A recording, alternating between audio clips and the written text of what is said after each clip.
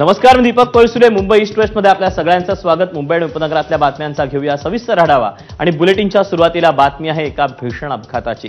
मुंबईच्या दिशेने येणाऱ्या पुष्पक एक्सप्रेस मधल्या 12 प्रवाशांचा जळगाव जिल्ह्यातल्या परधाडे रेल्वे स्थानकाजवळ झालेल्या भीषण अपघातात दुर्दैवी मृत्यू झाला. या ट्रेनमध्ये आग लागल्याची अफवा पसरल्यानं काही प्रवाशांनी खाली उड्या मारल्या. त्यावेळी शेजारच्या ट्रॅकवर समोर येणाऱ्या कर्नाटक एक्सप्रेसनं या प्रवाशांना धडक दिली.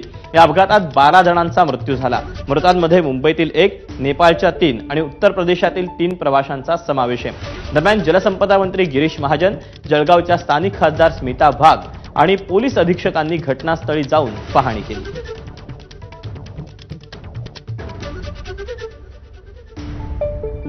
मेजॉरिटी लोक आहेत ज्यांचे आयडेंटिटी कार्ड अगर त्यांच्याकडे असेल कुठल्या प्रकारचे, त्याच्या माध्यमातून आपण आयडेंटिफिकेशन या ठिकाणी केलेलं आहे. जो इंजर्ड आहे, मी प्रत्येक 11च्या 11 इंजर्डशी मी स्वतः भेटून आलो. सगळेजण होशमध्ये आहे, सगळ्यांची ते बोलण्याची परिस्थिती आहे, त्यांच्याशी मी भेटून आलो. मृत्यू लोकांमध्ये ज्यांच्याकडे आयडेंटिटी कार्ड आहे त्यांची आयडेंटिफिकेशन झालेली आहे, परंतु फायनल आयडेंटिटी काय वेळात आता फायनल होईल. 3 महिला 9 पुरुष एकूण 12 लोकांची मृत्यू झाल्याची माहिती आहे. शासनाकडून मृतांच्या कुटुंबियांना